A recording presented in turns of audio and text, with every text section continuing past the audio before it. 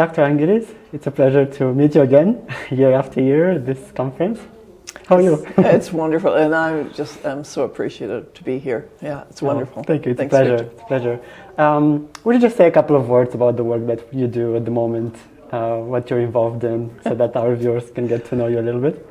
Well, it's not something I ever anticipated even 5 years ago. Okay. So, I was very happy seeing clients, and I loved working with trauma survivors. So now, what I'm doing is, well, education, but also activism, advocacy. I like advocacy better, but it's kind of crossed the line into activism because of what's happening in Canada. So I'm from Canada, in our education system. And that's been happening in the public school system for a lot of years. But just in the last year, there is a chink in the fence, if you would like to speak, because it's parents are actually doing some research and looking at what is being taught in the schools, the books, the library books, the books in the class, and what their children are being exposed to. So getting word out. And then I've been doing a lot of writing this last year. So I've published 3 more books this year. So yeah, I want to educate the general public, because they're the ones that really need to understand that there's really good research behind what we speak about and what we are talking about when you talk about an ideology that is changing the minds of our children. So that's kind of where I'm at. Wow, that's interesting, the way you shifted to activism and advocacy. I know, and it's not that not that I chose this road. And in some ways, I would never have thought of myself that way. But I see that's where I've ended up because of the need to educate. And so if you educate in this area where you are actually saying something that is counter to the cultural narrative, you become an activist. I mean, just automatically, because you are opposed to an ideology that is filled with some pretty glaring potholes, and if you expose those potholes, then you kind of have this place of being canceled. Well, not kind of, you are, and there's a lot of backlash to that. So be it, because we need to be speaking the truth. And over the last few months, I've been doing a lot more speaking engagements and traveling. And one of the things I always say to people is that speaking the truth, telling the truth, is loving and it's kind. Wow. There is no other way to be. And especially when it comes to our children, if parents don't tell the truth to their children lose trust. And yet we have this whole counter-cultural, or this cultural thing we're countercultural, but this cultural initiative that is bound on promoting erroneous concepts to children. For instance, that a child can change their biological sex. Now, they don't come out and say that because they call it gender. All the language has changed. Yeah. But you cannot, you can change your thoughts. You can identify as a cat if you want to, but it doesn't make you a cat. Exactly. And so we have to be honest, with our children. I just think it's diabolical to lie to children. And so that's where the school system is at, and teachers are caught in that system. Some teachers are really disturbed by it. Others are like, well, it's my job and I'll just do it and it doesn't matter. But these are the lives of children. And that's a responsibility. And so parents in Canada are beginning to take back the responsibility of educating their children. There's been a 52% increase in homeschooling and alternative education over the last couple of years in Canada. That's incredible. It's amazing. And it's because the parents are saying, I don't want this for my child, and whatever I can do, I will do. And that comes a great sacrifice for parents, you know. So it's very interesting, and I've started a new podcast called Truth Talks with Dr. Ann. So we're doing a lot of different interviews, and sometimes I do a monologue, and you know, it's very interesting. It's kind of exciting. Oh, that's a good resource to know. Who says retirement's not fun? I get to know at some point. I think. You're not going to be there for a long time. Wow, interesting. I want to ask you about how did you deal with the backlash at the beginning when you started to be more active in advocacy and in speaking, being loud about these issues? Because not everybody's doing that. There are many people who are voicing their concerns to some extent, but to actually take a step of faith and to represent a group of people that don't agree with the system, how did you deal with the pressure? Up until this actually just a month ago, I just ignored it. Okay. Like the names, it's kind of like, you know, and I know people will disagree with this metaphor, but sticks and stones can break my bones, but words can never hurt me. Well, the truth is, of course, that words can hurt, but only if you allow them to pierce your soul. And I'm like, I just kind of believe that I can have armor around me, right? Over me, under me, and that I'm secure in that. And that I'm not going to worry about what other people say. Sometimes it's like, okay, that was nasty. But just recently in Saskatchewan, I was going to be speaking there, and there was two articles written about me, and they were defamatory. And it was. The Pride community had been interviewed by the journalist. Journalists never contacted me. Wow. And the article even said, and the Pride organizer said, well, we have imperfect information. Well, all you have to do is give me a call. I'll tell you what I'm talking about, because they had it all wrong. And then they went on to say that I was unaccredited, I was untrained, I was, blah, blah, blah. It was very defamatory. And so this time I took action, because it was in print and it was right before I was going to speak. And so I called a lawyer and had him send cease and desist letters to these two people. And I think that really turned everything up a notch, because what happened after I spoke, mainstream media was there when I spoke, and I was speaking on The Ultimate Deception, which is my latest book. So Ultimate Deception, the truth of gender affirming care. And it's based in research, but it's for the public, right? So trying to make it readable. And so that's what I've been speaking on the last while. And this journalist was there. He videotaped the whole thing, which is fine. Mm-hmm. We'd invited the protesters, the Pride community that were out protesting, to come in. I went out and said, hey, come on in. Why don't you listen? Well, we don't need to learn anything from you. All right. Well, that's fine. I invited you. Anyway, so long story short, it took him 2 weeks to write anything. And I kept praying, okay, I just pray he doesn't print any lies. And it was his article, well, not glowing, was probably the best piece of mainstream media as far as accuracy and unbiasedness that I've seen in Canada in years.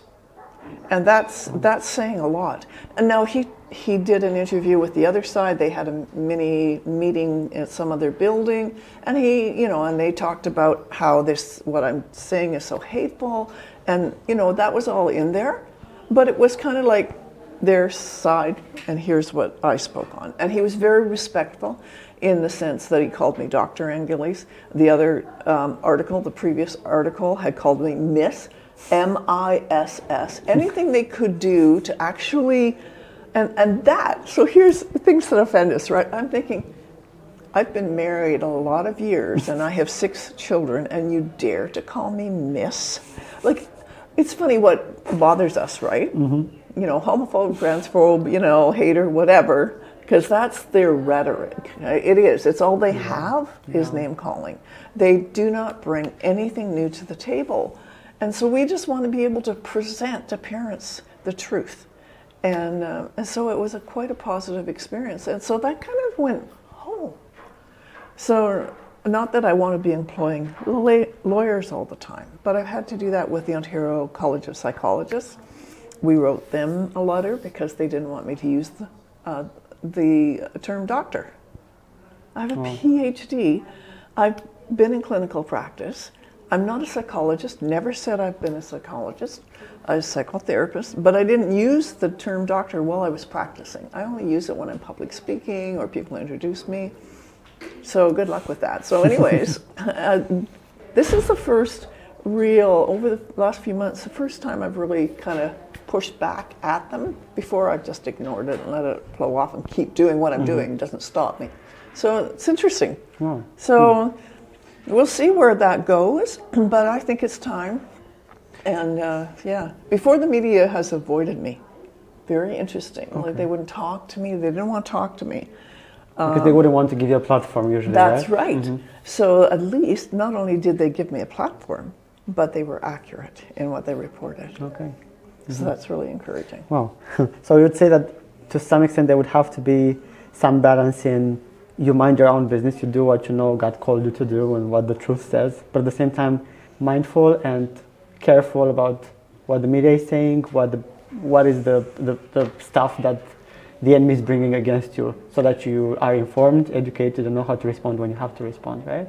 Yes, well, and I think I don't get overly concerned about what the media thinks. Okay. I really don't, because I feel like I have this very narrow focus in that I will present truth, and what they think is whatever they think. Yeah. But the reality is that there is usually always a pushback. And now, I think what I'm finding now is when it gets more of character defamation, then it's time for me to push back. All right, yeah. You know what I mean? Because I'm not going to lose my focus. This is what I'm going to still say. All right. And yes, and I feel, very much that God has protected me along the way. I really feel that, and that directed me. That's why I do what I do, right? Because I believe in the Word of God, and I believe in the very foundation and root of humanity, right? So that's so important because it gives us dignity. And we have a generation, well, more than one, that's lost its dignity. Well, I've been really curious to ask you, because we know you have a very extensive experience in trauma counseling, right? And because I'm also speaking to many people, what would you say, or like maybe a piece of advice for those who, let's say, they're struggling with their identity, sexual identity, they're struggling with their gender, biological sex, right? But they would say that, for example, they have never been traumatized, or they don't know of any traumatic event that happened in their past, right? What would be some key points or steps that they might look into to actually see where this might be coming from, or how it might have been started? Something helpful to give them a push to know where to look for. Absolutely. And I mean, sometimes trauma gets buried so deeply in the psyche that people actually, the brain blocks it off when it's very severe. That could be happening. Sometimes the trauma has happened at very young age, pre-verbal ages, and they're not aware. They just, there's some angst, but they don't know what it's about. But the other thing that I would say is trauma is far more vast than, I think most individuals would think, well, sexual trauma, which is very, very true with this cohort. There's a high percentage who have experienced sexual abuse and sexual trauma of one kind or another. But there's all kinds of other traumatic experiences that wound the soul. And so sometimes, so for instance, family demise, the whole incohesiveness of family, or physical abuse, or having an alcoholic father, And you know, there's traumatic experiences in all of those kind of situations. And then what we're experiencing though now, and this is what I really believe that makes it very complicated, when you get talking about the whole issue of transgender and I'll say cross-sex identifying individuals, the dynamic has changed with what's traumatic and what is sexual abuse. The lines are crossed because it used to be able, as a therapist, you could pretty well identify if there was sexual abuse in the background. There were certain behaviors, there were certain things, and you know, as an individual would describe their family dynamic, there were, you know, red flags. Because of the education that our children are now exposed to, I believe wholeheartedly that they are being sexually abused in the classroom. Wow. Wow. Because the books, well, not photographs, they're diagrams, very graphic diagrams of sexual experiences, intercourse, that we're showing to, you know, young children. That's pornography. Yeah. And pornography is one element of sexual abuse with children. So we are seeing a proliferation of sexual abuse in our children, but society and therapists, because they are not allowed to talk, and this is Canada, but there's other countries as well, they are only allowed to affirm a child's confusion, identity questions if they think they're in the wrong body. Yes, that's you know, rubber stamped, instead of exploring. So individuals who say they haven't ever been traumatized just maybe lack an understanding of what actually can cause trauma to a child.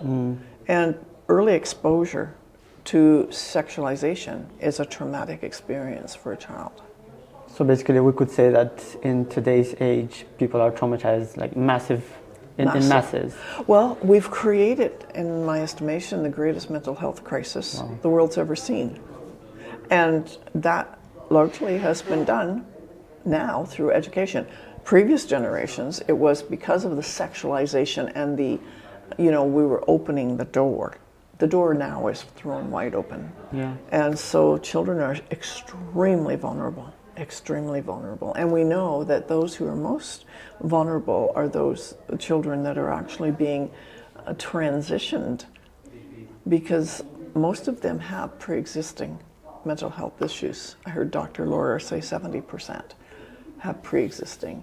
And there was a recent study done just this past year that showed that 48% of these children are on the autism spectrum. That's huge, huge. These children are traumatized.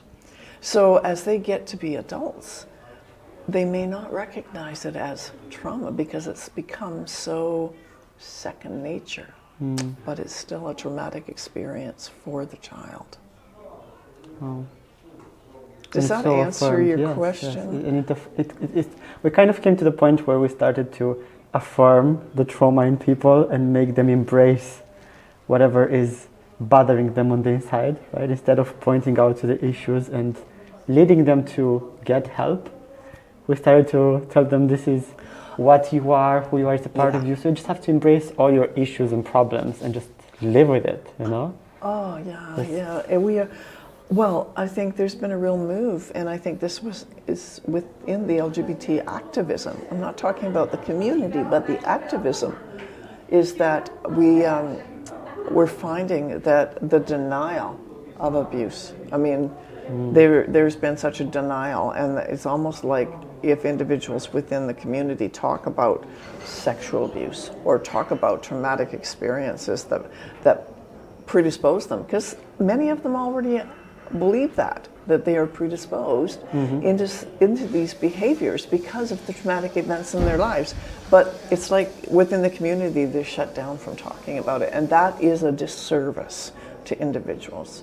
So like I was saying, there's this overarching idea for the activists, the LGBTQ activists, that they must suppress any talk of trauma, that individuals within the community who know very well they've been sexually abused, or there's other things that have predisposed their behavior, them to certain behavior. They understand it innately, and yet they're discouraged from discussing it. And that does a huge disservice to the person, because then, like you said, they're just having to live with all of the emotional backlash and undercurrent of the trauma without ever dealing with it. We're not talking about them, going for change therapy. We're talking about them getting the mental health that they need, the mental health care they need. And in the process of that, the reality is, and Dr. Nikolowski says this, that the process of dealing with trauma, and that happened for my own son, in that process of therapy, he decided he really didn't need to identify. He didn't need an identity. And isn't that interesting? And he didn't have change therapy counseling, that was it. Solved his issues practically. Yeah, you deal with the underlying root issues, and that's what creates the change. And that's why suppressing the talk of trauma in the community is really important for them, because they don't want individuals, unfortunately, really, to come to a wholeness in their life. It's more important to identify than to be whole. Wow. The last thing that I want to ask you, what would be a piece of advice you would give to those who are enrolling into the IFTCC learning platform, the young counselors, young therapists, young Christian leaders who want to work with people who are struggling with sexual issues, identity issues? What would be a piece of advice you give to them? Wow, there's so much, because they're right on the cutting edge, really, and it's like a minefield for them. Back to this whole thing, tell the truth. Tell the truth. Because if you do not tell the truth, at some point, the client will come back to you and say, why did you never tell me this? I really believe that. And we're seeing that, certainly with detransitioners, Wow, that's a very good point. Yeah. Why didn't you tell us the truth? And so mental health practitioners need to stick to the truth.